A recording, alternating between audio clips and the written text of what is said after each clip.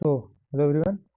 तो एक बहुत काफ़ी गैप के बाद अपन लोग राइट इस वीडियो के थ्रू डिस्कस करेंगे सीपीओ मेंस का। अ, लगभग लगभग तय है आपका एग्ज़ाम होना, है ना? क्योंकि मार्च में आप लोगों के फिजिकल आप लोगों को अपडेट मिल गई होगी, राइट? और नहीं मिली तो अभी देख लो, मार्च में तुम लोगों के फिजिकल हो जाएंगे, right, at any cost.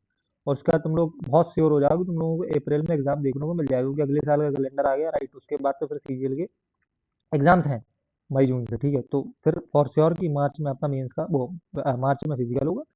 And तुम लोगों का जो अप्रैल में है वो तुम लोगों का एग्जाम फॉर श्योर होगा, ठीक है? या फिजिकल ये फेब एंड पे भी आपका स्टार्ट हो सकता है, तो मार्च इज दी डेडलाइन, है ना?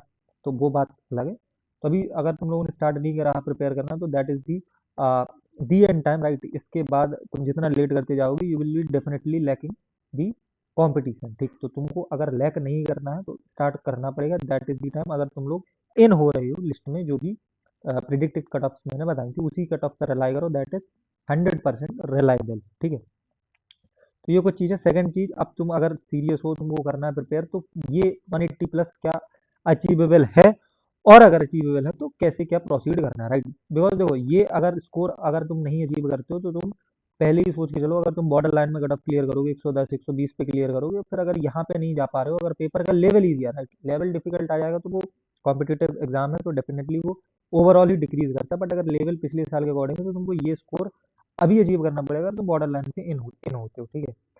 और ये अचीवेबल है, अगर तुम इसको टारगेट करोगे तो एटलीस्ट 170 165 के आसपास तब भी जा पाओगे, यो भी एक अच्छा स्कोर माना जाएगा, ठीक? और करंट सर्कमस्टांसेस के साथ, ठीक है? तो अब ये सबसे पहली बात कि तुम लोगों को करना क्या है, तो एटलीस्ट तुमको वीक में, एक वीक में 2 फुल मॉक तो देने ही देने हैं, that should be your in the list, है ना? That should be in, that must be in your list, ठीक है? फॉर एग्जाम्पल, तो 2 फुल मॉक तुम लोगों को देने हैं, 200 को। अब फुल मॉक देने का मतलब ये नहीं है कि तुम प्रैक्टिस क्वेश्चन ऑफलाइन करो, राइट? इसका मतलब होता है कि तुम एग्जाम में जो 2 घंटे तुमको बैठना है, राइट, 2 घंटे बैठना है, 200 क्वेश्चन की तुमको प्रैक्टिस करनी है, वो माइंडसेट तुम्हारा क्लियर हो गया, राइट? कि 200 क्वेश्चन में तुम ऊबो ना। 200 क्वेश्चन क्योंकि इंग्लिश के करना एक गो में is a very very hard task, ठीक है? तो उसको अगर तुमको हैबिचुअल होना है कि ये 200 क्वेश्चन में एक गो में कर पाऊँ, मेरा जो माइंड है वो ब्रेन स्टॉर्मिंग ना हो पाए, ठीक है? मेरे से सिली मिस्टेक ना हो, कि पक जाता है जब आप 200 क्वेश्चन एक साथ करते हो, इसी में तुमको आरसी के क्वेश्चन मिलेंगे, इसी में तुमको ग्रामर के क्वेश्चन मिलेंगे, वोकैब के मिलेंगे, तो माइंड तुम्हारा पक जाएगा, और इंग्लिश अपने आप में एक डिफिकल्ट सब्जेक्ट है, तो ओवरऑल तुम्हारा माइंड पक जाएगा, तो वो ब्रेन स्टॉर्मिंग का क्रिएट कर देता है, राइट? फियर। तो इफ यू वांट कि ये चीज़ें मेरे साथ ना हो, तो तुम अभी से इन 200 क्वेश्चन की प्रैक्टिस करो, एटलीस्ट 2 मॉक तो फुल वीक में दो, so that you will be comfortable, और तुमको एक हैबिचुअल हो जाओ, राइट? तो फिर उससे क्या होगा कि जब एग्जाम में तुम 200 क्वेश्चन दोगे, तो कम से कम ये तो नहीं होगा ब्रेन स्टॉर्मिंग वाला चीज, ठीक? सेकंड, थोड़ा सा अगर पेपर डिफिकल्ट बनता है, देन उस पर्टिकुलर टाइम पे भी तुम अनकंफर्टेबल नहीं होगी, you will be in the safe zone, ठीक? तो ये जो दो चीजें तो तुमको, मतलब दो क्या, ये एक चीज तो तुमको अभी लिस्ट में अभी अभी अभी बना के ये चीज डाल लो कि एटलीस्ट वीक में 2 मॉक फुल देने हैं, ठीक? सेकंड चीज क्या करनी है तुमको, reading. Reading is something that is the base of English, ठीक है? अब अभी तुमने सीजीएल मेंस का भी पेपर देखा होगा, सब लोग लगभग कह रहे हैं कि बाकी पेपर ग्रामर इजी थी, ठीक है, वो कैब इजी थी, बट रीडिंग में जो आपके आरसीज थे उन्होंने काम फंसाया। मैं तुमको डे वन से कह रहा हूँ इन दोनों पोर्शन में, तुम अभी ये उठा के देख लेना कोई भी पहली वीडियो, कि मैंने तब भी कहा था ग्रामर के लिए बैचेस करने की नीड नहीं है, क्योंकि ये बहुत इजी आ रही है, खासकर सीरियल एग्जाम में when it comes to this exam, ठीक? सेकंड चीज, वोकैब के लिए कुछ नया नहीं करना, आप पीवाईक्यू वोकैब पे ही रिलाय रहो, बाकी रीडिंग करो उसमें। और ये भी चीज अभी तुमने देख ली, जो इंग्लिश फंसाने वाला आएगा आपके एग्जाम्स में, वो यही पोर्शन आएगा, रीडिंग का पोर्शन। इसको जितना ज्यादा से ज्यादा तुम स्ट्रॉन्ग करोगे, अब ये स्ट्रॉन्ग कहाँ से होगा? तुमको दो चीजें करनी, एक तो इंग्लिश माध्यम रिग्रेसिवली फॉलो करना है, ठीक है? वो मैं डे वन से कह रहा हूँ, ये इंग्लिश माध्यम का मटेरियल क्यों कर रहा हूँ, क्योंकि इसमें आर्टिकल ही देते हैं, और वो बहुत छांट के आर्टिकल होते हैं, पहली बात तो। और सेकंड, इस पे वो लोग तुम लोगों को मीनिंग निकाल के दे देते हैं, तुमको गूगल से सर्च नहीं करना पड़ता, प्लस तुमको समरी दे देते हैं, that is also good part, है ना? समरी भी दे देते हैं तुमको, ठीक है? मीनिंग दे देते हैं। क्वेश्चन प्रैक्टिस करो या ना करो वो इंपॉर्टेंट नहीं, बट ये दो चीजें बहुत इंपॉर्टेंट है, जिसकी वजह से ये बहुत अच्छा सोर्स बन जाता है, पहली बात। सेकंड चीज क्या करनी, सेकंड इसमें तुम एक अपने तरफ से ऐड ऑन कर सकते हो, कि कुछ भी मटेरियल, है ना? चाहे तो तुमको अगर करना है तो पीवाईक्यूज भी फॉलो कर सकते हो, या तुम कोई और मटेरियल जो भी तुमको रीडिंग वाला पोर्शन मिले उसको खुद से करो, ठीक है? न्यूज़पेपर के अलावा नोबल वोबल मत पढ़ना, वो बहुत ईजी हो जाता है। पीवाईक्यूज कर सकते हो तो बेटर है, किसी और बैंकिंग वगैरह के एग्जाम्स के क्वेश्चन है, जो प्री के एग्जाम के आरसीज है, उनको करना चाहो तो वो कर सकते हो। दो चीजें एटलीस्ट अभी करो।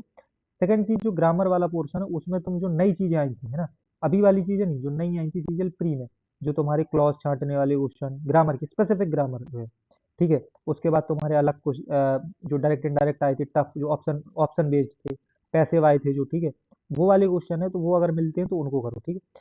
सेकंड जो इंपॉर्टेंट चीज़ है वो है पैराजम्बल। इस पे कमांड बनाओ क्योंकि ये ऐसा पोर्शन है जो अभी हॉट टॉपिक है और इससे क्वेश्चन बहुत ज़्यादा गलत होती है। इस पे कमांड बनाओगे, ये है हालांकि रीडिंग का ही पोर्शन, स्टिल इसकी प्रैक्टिस नीड होती है। तो इसकी प्रैक्टिस करो एटलीस्ट पर डे के 30-40 पैराजम्बल अभी बनाने की कोशिश करो क्योंकि इसका वेटेज अच्छा खासा रहेगा और ये दिक्कत करेगा, ठीक है।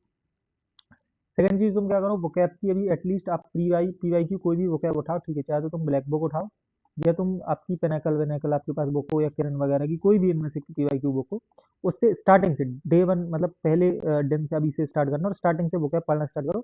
इन किताबों को खत्म करो ना, एक बार दो बार तीन बार जितने बार खत्म कर सकते हो इनको करो एग्जाम तक, वोकैब पोर्शन तुम्हारा इंप्रूव होगा, ठीक। तो वोकैब वाले के लिए कुछ नहीं करना, तुमको पीवाई की वोकैब पढ़ो, पैराजम्बल्स अलग से बनाओ, ठीक। रीडिंग पोर्शन के लिए बताया मैंने, आरसी के लिए तुम्हारा इंग्लिश माध्यम उसको डू रिग्रेसिवली फॉलो करो, प्लस कुछ बैंकिंग के अगर तुमको मॉक्स मिलते हैं टेक्स्ट बुक तो उनको लगाना हो तो उनको लगाओ, वो भी अच्छा पोर्शन है रीडिंग मटेरियल। उसके अलावा जो तुम्हारा ये चीज बताई मैंने, एक ये मेंस का मॉक बताया है ऊपर, ये दो फुल मॉक बताए हैं, ये वीक के दो, इनको थॉरो एनालिसिस करो। और ये पोर्शन अब इतना कम से कम एटलीस्ट तुमको करना है, राइट। इतना पोर्शन तुम लोगों को अभी से करना है आपके मेंस एग्जाम तक ये। और इसके अलावा कुछ भी क्लासेस वगैरह कोर्स वगैरह कुछ नहीं करना, that is totally time waste. ये चीज़ें जिनको करेगा वो 180 प्लस पे जा पाएंगे। बाकी सब तुम क्लासेस देखते रहोगे, वीडियो देखते रहोगे, कुछ नहीं होने वाला है। जो अभी सीजन मेंस में है that is going to be happen your CPO mains as well, ठीक है। That's all from my side. बाकी हाँ, ग्रुप की बात है कि ग्रुप बनाया था तो ग्रुप अभी आप लोगों का डन है, उसमें पीसफुल है, ठीक है। Still if you want to be in the part of the group, और अगर तुम्हारे नंबर अच्छे हैं तो मेरे को कर देना, मैं चेक कर लूंगा if I want to be in और नॉट।